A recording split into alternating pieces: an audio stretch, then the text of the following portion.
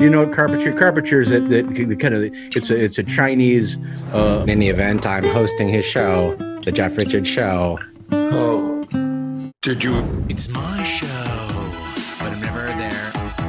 It's not. You're getting this wrong. Are you talking about the episode with Robert Downey Jr. and Tracy Morgan? Yeah. That was Dean Edwards. Oh shoot. No, I would not. God. I would not try to do blackface right now. I don't think Wood from a tree. And I'm a strong believer that they're going to come back stronger than ever. Oh yeah. Woody Allen's biography, which I loved, and he's got this, and the memory he has for the past, and he talks about people. Yes, if I knew it was CBS, I would have stayed in school. Yes, I dropped out. I was really not much of a, age. To which I saw myself as a Frito, you know, and I was flat.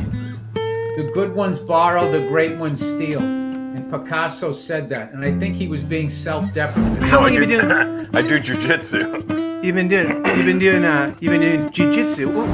The effervescent beauty. You ready to? Extrasensory perception. I got into composing and arranging music. It's my show. Killing it for you, boy. Killing it.